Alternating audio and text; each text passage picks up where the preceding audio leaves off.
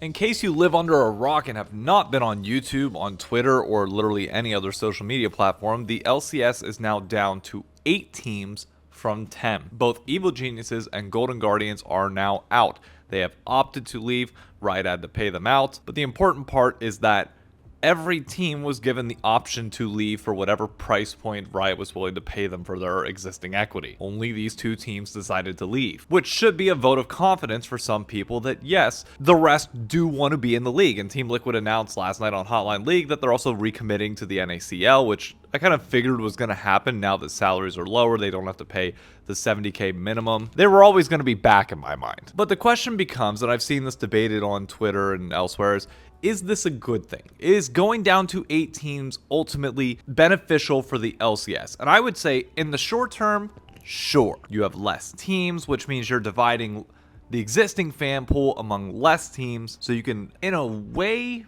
have more fandom, but that's not a guarantee.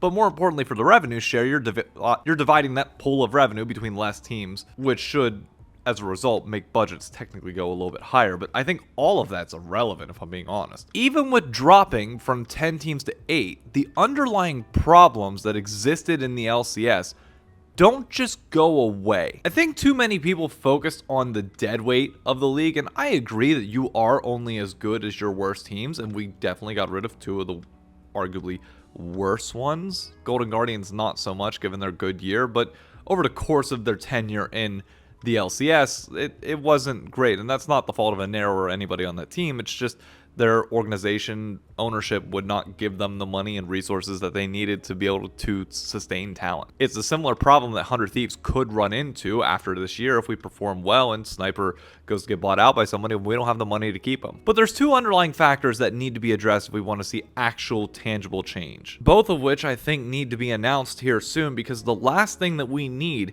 is another offseason for LCS fans to just sit here and panic. It's getting ridiculous at this point that year over year over year, we go into the offseason and LCS fans are just like, okay, what is the worst possible thing that can happen this offseason? And even if it's not as extreme as the worst outcome, 80% of that might come true. Last year, it was the move to weekdays, which there were some people that were a fan of, but it never made sense to me from the beginning. Hey,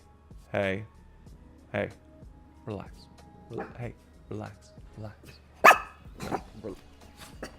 So my goal with these 2 changes that I want to see is to provide stability and things that we can build on year over year, that maybe we can have exciting announcements at the end of each year rather than just purely negative ones. You compound the off-season change and announcements with the fact that viewership keeps declining year over year, and we're not in a good spot. Steve notably brought up in his post, like, reaffirming that they're committed to the LCS, that, like, world's viewership is the highest it's ever been. It's like, dude, that's irrelevant. LCS is dropping, and that's all that matters for your team and your product. That 6.1 million viewers that you're seeing for Worlds means nothing for your organization specifically. So with that in mind, here's the 2 things that I want to see us work on over the next 5 years. These need to be like our core pillars of what we try and grow towards and try and develop in order to put us in a more sustainable spot. The first is our path to pro. What I want to see is something that I don't know if we're going to get, which is Premier in League of Legends. For those that don't know the Valorant system, you have to play rank, get up to a certain level, and then you get put in the top tier of Premier, which is basically weekly matches that feeds into a playoff system and goes from there. The top division of Premier directly qualifies into Valorant Challengers, which is the level below the VCT. It has been years since we've had a direct qualification path to LCS, at least Academy, in-game for League of Legends. And that needs to come back. That's not even something that the LCS can really do here or affect. That is purely on Riot to implement this system. But I understand that is ultimately out of our control. It could be an issue with the client, who knows.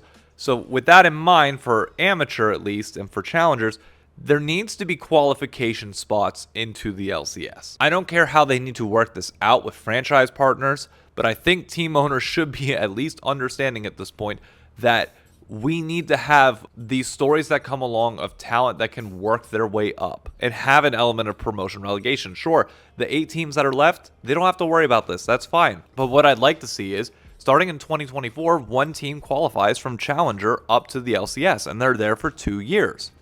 similar to VCT. 2025, another team comes up, but the difference between us and Valorant that I want to see to add some stakes onto this is that I want to see come 2026, whenever the next team would come up, we're only going to have 10 teams in the league. I think that's more than enough for North America, but I think 8 is too little. The team that qualified back in 2024 that's at the end of their 2-year leash, they have to play the team that qualified via Ascension for that spot, which means they have the option to retain it, because currently in the VCT, after his 2 years, you just drop back down. No, I want them to have the chance to fight to stay there. So in a way, there's some of the league that is subject to promotion relegation, some of it that's not. I don't want to have every team go away potentially. I don't want to have the Team Liquid scare where they have to bring in double lift just to make sure that they stay qualified. You need to lock rosters to be very clear, like as the season begins, barring like an emergency substitution.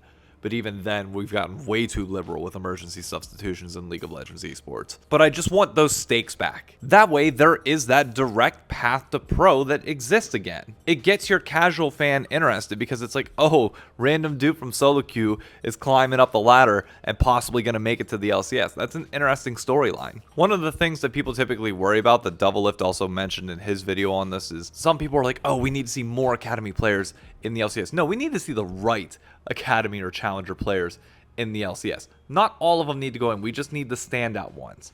And we have not done a good job on the team side of scouting out the good ones, promoting their talent, and like getting them up to that level. It clearly exists, ask NRG, but we just haven't done a good job with it. But ultimately, that's the only thing that I really care about in terms of changing stuff for like the pro scene and like the number of teams or anything like on the player and organization side. Other than that, teams just have to actually put in the work to understand marketing and be able to make their players, their fans, and their teams more, I don't know, publicly known, I guess you would say. Like, they just need to do better at marketing, because content, barring like NRG and C9 a little bit, has not been great. 100 Thieves finally just started putting out some stuff, but like teams just haven't done enough to break through that window, which is why I want the majority of our next 5 years of LCS to be entirely focused around building fans without the need for results, without the need for world success or anything else like that. If CBLOL and LFL can do it, we can do it too. So what I have in mind, first and foremost, is we have to go back to weekends, which might be happening. And if it does, great, step one done. If that's not done, get our heads out of our asses and go back to weekends. Second, assuming it's going to be a remote broadcast, because I don't think Riot's going to buy out another arena just yet, we now have resources available to us. You're saving money by not being in the studio each and every day. So what I want that money invested towards are fan hubs. I want to establish an LCS fan hub in each major city across the US, whether it's Boston, Chicago, especially here in New York.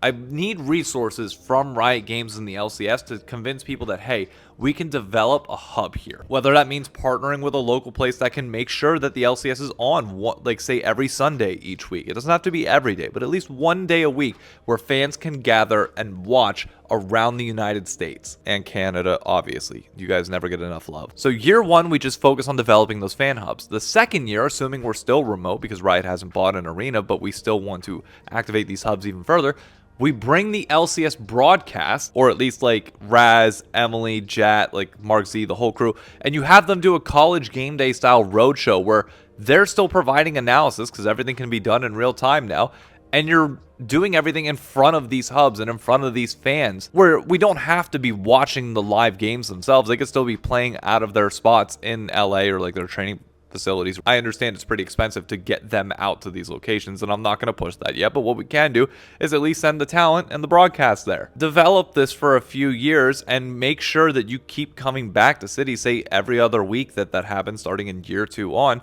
But then by year 5, maybe we can at least get one best of 3 or one best of 5 during the regular season, assuming the format changes, or if it is best of 1s, maybe just have the final match of the day, but I think best of 1s are on their way out. But then you have that in front of those local fans in smaller venues. You still have your stadium finals around the US, but like you're prepping markets consistently that you have more options to go to. It doesn't have to be a full traveling LCS roadshow, even if I would love that. I'm trying to pitch a scaled down version that just does a good job at developing fandom, because it's going to be easier for teams like Dignitas to get more fans when they can actively engage with them in person than trying to compete online for the same viewership that, quite frankly, their videos just aren't going to be as good or be able to do what Cloud9 does given the history, heritage, and storylines that they have. So you need something else, and that's going to be an in-person element that people can connect to the brand beyond just what they see on the screen. Those are the two things that I think we need to focus on. Everything else I don't think ultimately matters. Again, 8 teams doesn't just magically solve all the problems that we've had. It feels like once things started going downhill in 2019, we kept trying to do too much rather than just picking 1 or 2 things to really focus on and identify the core issues and go from there. Instead, we just started throwing shit at the wall, including weekdays, and it hasn't stuck. It's arguably only made it worse. So, go back to weekends, reset, and focus on these few things. Yes, it might still dip down a little bit further, but then we can start building back up. Please. If you have any other ideas of what you want to see from the LCS in terms of like a 5-year plan and things that they need to do better, put it in the comments down below. I'd love to hear it. And to the, I think 95% of you that aren't subscribed, be sure to subscribe. I look forward to having these conversations with y'all. We'll continuously talk about the stuff as the off season goes on and we get more information. Should be fun. But thank you for tuning in, and I'll catch you later. Adios.